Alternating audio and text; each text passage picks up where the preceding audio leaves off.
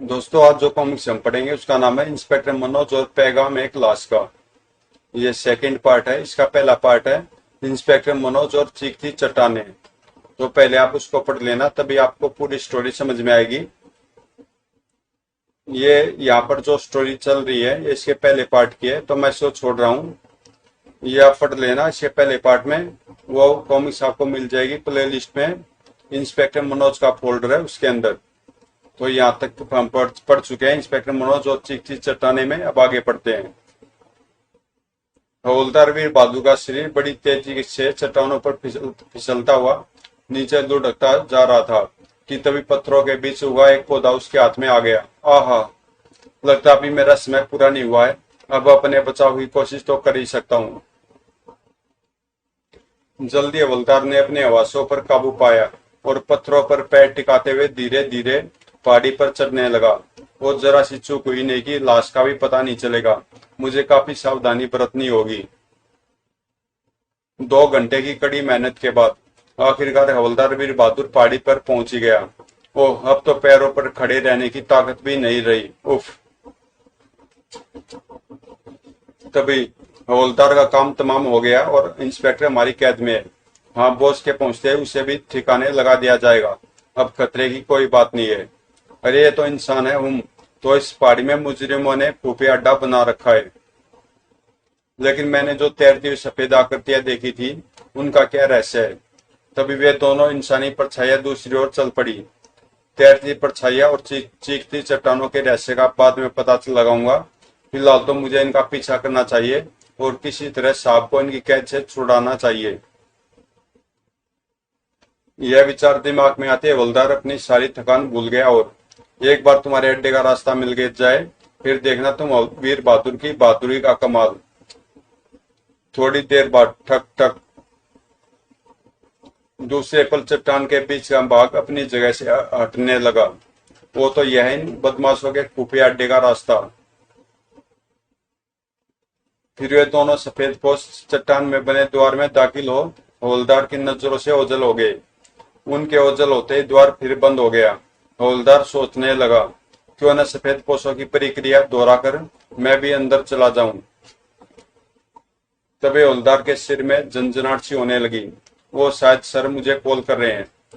पाठकों को मालूम ही होगा कि इंस्पेक्टर मनोज टेलीपैथी द्वारा कभी भी कहीं भी से भी किसी से भी संबंध स्थापित कर सकता है। वीर बहादुर, तुम फौरन वापस लौट जाओ और सशस्त्र दल के साथ इस इलाके पर रेड करो। यहाँ खतरनाक अपराधियों का अड्डा है। तुम्हें रेड करते वक्त पूरी सावधानी बरतनी होगी। तुम मेरी चिंता मत करना। इंस्पेक्टर मनोज का आदेश मिलते ही हवलदार वापस लौट पड़ा। जब तक अपराधियों को गिरफ्तार कर सर को कैद से छुड़ा नहीं लूंगा मुझे चैन नहीं आएगा।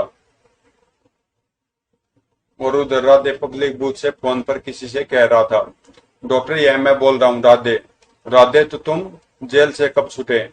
आज ही, लेकिन सिर मुड़ाते ही ओले पड़ने लगे। फिर राधे ने आप बीती सुना दी और कहा, कुछ अज्ञात लोग मेरे पीछे हाथ धोकर पड़ गए हैं, इसलिए अब मैं इस शहर में नहीं रहना चाहता। लेकिन तुम जाओगे कहाँ? कहीं भी, पर यहाँ नहीं रहूंगा। मेरा यहाँ रहना खतरे से खाली नहीं है। इसलिए मैंने फैसला किया कि आज रात ही सोना लेकर यहाँ से निकल जाऊं। तुम्हारे बारे में कोई कुछ नहीं जानता, तो तुम चाहो तो इस शहर में रहकर आराम से जिंदगी गुजार सकते हो। ठीक है, लेकिन सोना है कहाँ? सोना जहाँ भी सुरक्षित है। बस तुम जैसे भी हो एक कार और बेलचे फावड़े का बंदोबस्त कर लो। मैं आधे घंटे में तुम्हारे पास पहुंच जाऊंगा, पर ध्यान रहे किसी को शक न होने पाए।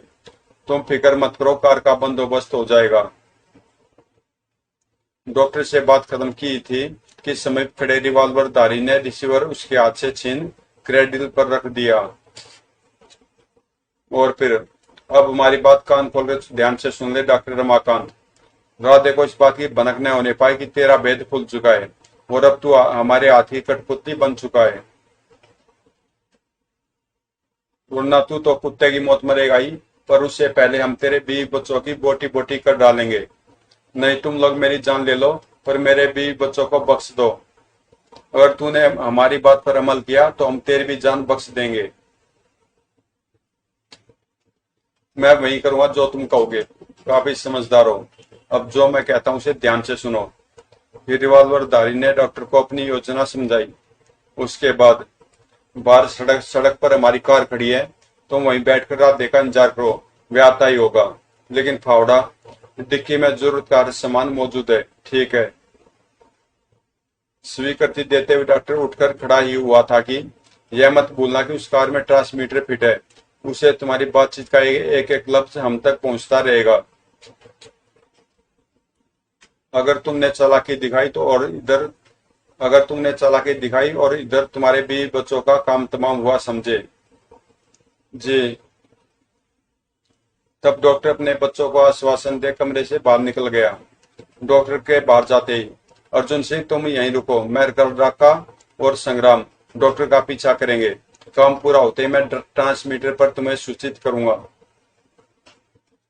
तब तक तुम डॉक्टर के इस फ्लैट को फूकने की पूरी तैयारी कर लो। मेरा इशारा मिलते ही तुम इस फ्लैट को आग लगा देना और सीधे अड्डे पर पहुंच जाना। Okay boss. हा हा हा। तुमने उन्हें हमारी जान न लेने का वचन दिया था। बेवकूफ औरत, हम रघुवंश की औलाद नहीं है जो अपना दिया हुआ वचन निभाए। हा हा हा।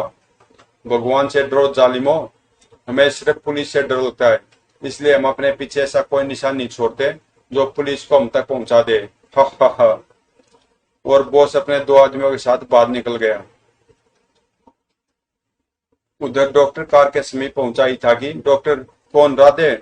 तभी राधे अंधकार से प्रकट हो उसके सामने पहुंचा। सब ठीक है न? हाँ, अब देर न करो, रात काफी बीत चुकी है। तब वे दोनों कार में बैठे वहां से चल पड़े। राधे इस बात से तुरंत बेखबर था कि उनका पीछा किया जा रहा है। बहुत तकलीफ है, सही है मैंने डॉक्टर, पर अब हमारे दिन फिर जाएंगे। फिर जैसे कार शहर के बाहर जाने वाली सड़क से गुजरी। अब कार दाहिनी ओर कच्चे रास्ते पर उतार दो। डॉक्टर ने तुरंत राधे के निर्देश का पालन किया। करीब 15 मिनट बाद, बस कार यहीं रोक दो। यहाँ वीराने में? हाँ, सोने से भरा संदूक मैंने यहीं छिपाया था। लेकिन 10 साल बाद तुम्हें यह कैसे पता चलेगा कि सोना तुमने कहाँ छुपाया था? सोना दबाते समय मैंने इस बात का पूरा ध्यान रखा था ताकि जगह को पहचानने में कोई परेशानी न हो। तब राधे के कहने पर डॉक्टर ने डिक्की से कुदाल और फावड़ा निकाल लिया और राधे के पीछे चल पड़ा। वे निकट एक पुरानी कब्र के पास ही झाड़ियों में पहुंचे। यही है वह जगह, तुम्हें पूरा विश्वास है न? हाँ, शक की कोई गुंजाइश नहीं है, आओ खुदाई का काम शुरू कर दे। और राधे ने डॉक्टर से कुदाल ले ली। फिर वह जमीन खोदता जाता और डॉक्टर फावड़े से मिट्टी उठा उठाकर फेंकता जाता। वो लगभग आधे घंटे के अथक परिश्रम के बाद वे जमीन में गड़े लोहे के बक्से को निकालकर बाहर ले आए। मेरे ख्याल से बंटवारा यहीं यहीं कर ले तो अच्छा होगा। तभी बस तुम लोगों का काम खत्म हुआ। अब तुम दोनों अपने अपने हाथ ऊपर उठा लो। कौन हो तुम लोग? तुम्हारी मौत तुम क्या समझे थे? सारा सोना के लिए डकार जाओगे? हा हा हा। रिवॉल्वरधारी बॉस ने अपने साथियों को राधे और डॉक्टर को बांध देने का आदेश दिया। तुरंत उन दोनों को रस्सी से जकड़ डाला गया। संदूक के साथ उन दोनों को भी अड्डे पर ले चलो। वहीं कैदी इंस्पेक्टर के साथ इन्हें इनके किए की सजा दी जाएगी। Yes boss. और फिर सोने के संदूक व डॉक्टर और राधे को अलग अलग कारों में लेकर बॉस और उसके साथी वहां से चल दिए। हेलो अर्जुन, हमारा काम पूरा हो गया, अब तुम भी अपना काम खत्म कर जल्द से जल्द अड्डे पर पहुंचो। ओवर। आदेश देने के बाद बॉस ने संबंध विच्छेद कर दिया और दोनों कारें सुनसान सड़क पर तेजी से दौड़ने लगी। उधर इंस्पेक्टर मनोज को सिलन भरी उस कोठरी से निकलने का उपाय सूझ ही गया जिसमें वह 2 घंटे से कैद था। अगर मैं इस रस्सी को पकड़कर ऊपर लटक जाऊं तो पहरेदार मुझे इस कोठरी में न देखकर जरूर चकरा जाएंगे और द्वार खोलकर अंदर आएंगे। फिर उसने द्वार के सामने बैठे ताश खेल रहे पहरेदारों का मुआयना किया। ये 2 हैं, इन पर काबू पाना मेरे लिए कोई मुश्किल काम नहीं है। यह निर्णय लेते इंस्पेक्टर अपने स्थान से उछला और अब मजा आएगा, पहरेदार ज्यादा देर मेरी अनुपस्थिति से बेखबर नहीं रहेंगे। हा हा हा। और तभी, अरे वह इंस्पेक्टर का बच्चा कहाँ गया? अरे हाँ, अभी भी तो अंदर ही था। अब वे मेरा पता लगाने अंदर आते ही होंगे, मुझे सतर्क रहना चाहिए। इंस्पेक्टर मनोज का विचार सही था। तो फिर वह नजर क्यों नहीं आ रहा है? चलो अंदर चलकर देखते हैं। और जैसे ही वे दोनों द्वार खोल अंदर दाखिल हुए, आह आई। फिर इससे पहले कि पहरेदार संभल पाते, ठाक अगले ही पल अब मैं एक को अपनी वर्दी पहनाकर लिटा देता हूँ, दूसरे को कोने में डाल देता हूँ ताकि किसी को शक न हो। थोड़ी ही देर बाद, अब ठीक है, जब तक इन्हें होश नहीं आता किसी को मेरे आजाद होने का पता नहीं चलेगा। और 2 घंटे से पहले वे होश में नहीं आने वाले। तब मन ही मन अपनी सफलता पर मुस्कुराता हुआ इंस्पेक्टर मनोज बंदूक थामे और चल पड़ा। कुछ ही देर बाद इंस्पेक्टर मनोज एक सुरंग नुमा स्थान में खड़ा वहां पड़ी पेटियों में रखे सामान का मुआयना कर रहा था। ओ चरस। किरण ने पेटियों में रखे सामान का मुआयना करते हुए इंस्पेक्टर मनोज की पेशानी पर बल पड़ गए। चरस, गांजा और अफीम का व्यापार करने वाला यह गिरोह आज तक पुलिस की नजर से बचा कैसे रहा? इस गिरोह का ललवा गिरोह द्वारा लूटे गए सोने से क्या संबंध है? क्या ये लोग ललवा गिरोह के ही आदमी है? तभी, ए तुम यहाँ क्या कर रहे हो? कौन हो तुम? जानते नहीं यहाँ बॉस के खास आदमियों के सिवा किसी को आने की इजाजत नहीं है। गलती होगी। इतना कह मनोज वहां से जाने लगा।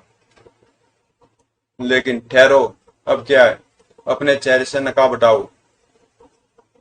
इंस्पेक्टर मनोज के दिमाग को झटका लगा।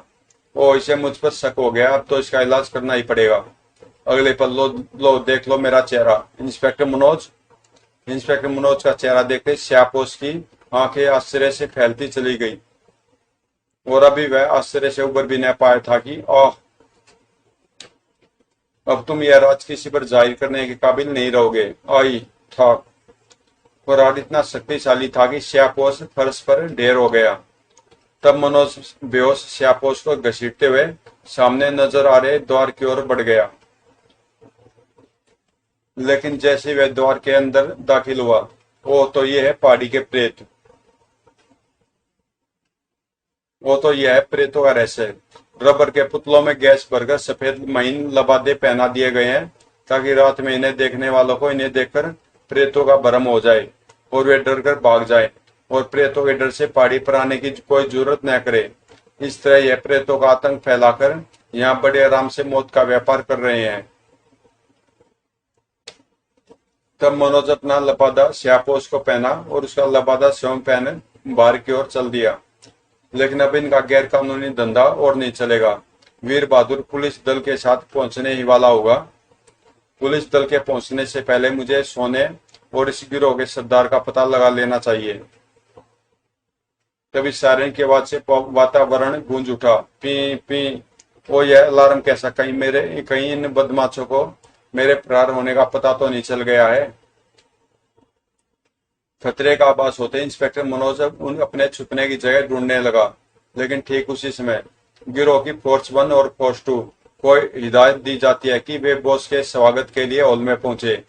वो गिरोह का सरदार यहाँ पहुंच गया। अब तो मेरा काम और आसान हो गया। और लगभग 10 मिनट बाद इंस्पेक्टर मनोज हॉल में गिरोह के आदमियों के बीच खड़ा अज्ञात बॉस के प्रकट होने की प्रतीक्षा कर रहा था। पता नहीं है बॉस का बच्चा कितनी देर में यहाँ पहुंचेगा। थोड़ी देर बाद गड़गड़ाहट की आवाज के साथ पत्थर का चबूतरा धीरे धीरे जमीन में धंसने लगा। गर।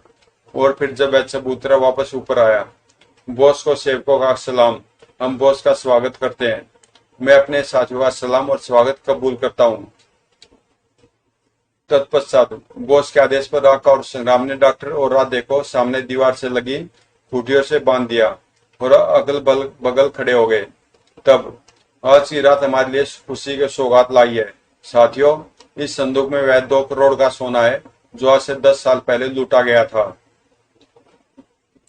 आज इस सोने की कीमत 8-10 करोड़ से कम नहीं है। इस सोने से हम बड़े पैमाने पर ब्राउन शुगर खरीदेंगे और दोनों हाथों से दौलत बटोरेंगे। दौलत हमारे कदम चूमेगी और तब यहाँ का कानून तो क्या, यहाँ की सरकार भी हमारी मुट्ठी में होगी। लेकिन अपनी सफलता का जश्न मनाने से पहले हम उस खतरे को खत्म कर देना चाहते हैं जो हमारे सिर पर मंडरा रहा है। मैं समझ गया बॉस। नंबर 1 श्यापोश अपनी जगह से आगे बढ़ा और लाइन के अंतिम सिरे में खड़े श्यापोशों को हुक्म देने लगा। नंबर 9 और नंबर 10 फौरन जाओ और इंस्पेक्टर मनोज को बॉस के सामने पेश करो। Yes chief. नंबर 9 और 10 दोनों हॉल से बाहर निकल गए और लेकिन कुछ ही पल देर बाद वे दोनों बदहवास से हॉल में दाखिल हुए और बोले, गजब हो गया चीफ। इंस्पेक्टर मनोज पहरेदारों को बेहोश कर भाग निकला है। पहरेदारों ने जो बताया उसके अनुसार इंस्पेक्टर फरार हुए आधे घंटे से ज्यादा समय गुजर चुका है। क्या बकते हो? इंस्पेक्टर मनोज का हमारी कैद से भाग निकलना हमारी बर्बादी का कारण बन सकता है, अतः हमें फौरन यह जगह खाली कर देनी चाहिए। पुलिस आएगी तो झक मार कर रह जाएगी। लेकिन इन कैदियों का क्या करे बॉस? इन गद्दारों को खत्म कर दो और लाश समुद्र में फेंक दो। बॉस का आदेश सुन डॉक्टर चीख उठा, नहीं, तुमने तो कहा था कि तुम मुझे छोड़ दोगे। हम गद्दारों को कभी माफ नहीं करते डॉक्टर। लेकिन मैंने वही किया जो तुमने कहा था। मैंने तुमसे कोई गद्दारी नहीं की। मुझे छोड़ दो। ओह, ये भेद कैसे जानता है? तुझे कैसे छोड़ दूं डॉक्टर? तूने तो पुलिस को डकैती की खबर दी थी। और अगर तू पुलिस को खबर न करता तो पुलिस से हुई मुठभेड़ में मेरे सारे साथी न मारे जाते। मुझसे भूल हो गई बॉस। मैंने जो किया राधे के कहने पर किया। मैं लालच में अंधा हो गया था। तभी राधे चकित हुआ, तो तुम सरदार, तुम जिंदा हो? तो तूने मुझे पहचान ही लिया गद्दार। तूने सोना लौटने की अच्छी स्कीम बनाई थी। गलती तो मेरी थी कि मैंने तुझ पर भरोसा किया। मैं नहीं जानता था कि तू आस्तीन का सांप निकलेगा। मुझे आज भी याद है, जब हम सोने से भरा संदूक लेकर भागने की तैयारी कर रहे थे तभी लुक्का ने आकर खबर दी थी, सरदार पुलिस आ रही है, जल्दी यहाँ से भाग निकलो। वो पुलिस कैसे आ गई? सरदार, सोचने का वक्त नहीं है। लेकिन अगर पुलिस से मुठभेड़ होगी तो सोना हमारे हाथ से निकल जाएगा, हमारी मेहनत पर पानी फिर जाएगा। तो फिर ऐसा करते हैं, मैं और राका सोना लेकर दूसरी तरफ निकल जाते हैं। सोने की हिफाजत की जिम्मेदारी मेरी और राका की है। हाँ, यही ठीक रहेगा। तुम दोनों खतरा टलते ही सोना लेकर अड्डे पर पहुंच जाना और तुम राका के साथ सोना लेकर दूसरे रास्ते से भाग निकले। मैं अपने साथियों के साथ पहाड़ी की तरफ भागा। पुलिस ने हमारा पीछा किया और पहाड़ी तक पहुंच गई। तब मजबूरन हमें मुकाबला करना पड़ा। मुकाबले में मेरे से आदमी मरने लगे, लुक्का भी मारा गया। तब मेरे दिमाग में एक विचार आया, क्यों न मैं लुक्का को अपने कपड़े और ताबीज पहना दूं और इसका चेहरा बिगाड़ दूं। पुलिस यही समझेगी कि लल्लुआ भी मुठभेड़ में मारा गया है। इस विचार के आते मैंने लुक्का को अपने कपड़े पहना दिए और एक पत्थर से लुक्का का चेहरा बिगाड़ कर 3-4 गोलियां उसके जिस्म में उतार मैं अपने इस अड्डे में आ छुपा। पुलिस ने यही समझा कि लल्लुआ डाकू अपने गिरोह के साथ मारा गया है। मैं भी यही समझा था सरदार। अगर मुझे मालूम होता कि तुम जिंदा हो तो। खामोश कमीने, मैं जानता हूँ पुलिस को बेचने की चाल तेरी ही थी। तूने डॉक्टर से मिलकर पहले ही साजिश रच रखी थी। यह झूठ है सरदार। तभी सरदार राका ने अपने चेहरे से नकाब उलट दिया। मुझे पहचानता कमीने? राका? हाँ, मैं तेरी गद्दारी का जीता जागता सबूत हूं मैं। लेकिन तू? कहते कहते हैरान राधे के मानस पटल पर वह दृश्य उभर आया जब वह राका और सोने के साथ उस स्थान पर पहुंचा था जब डॉक्टर एक कार के समीप खड़ा उसकी प्रतीक्षा कर रहा था। यह कौन है? घबराओ नहीं, यह मेरे बचपन का दोस्त डॉक्टर रमाकांत है। मेरे कहने पर इसने पुलिस को फोन पर डकैती की खबर दी थी। तुम्हारे कहने पर?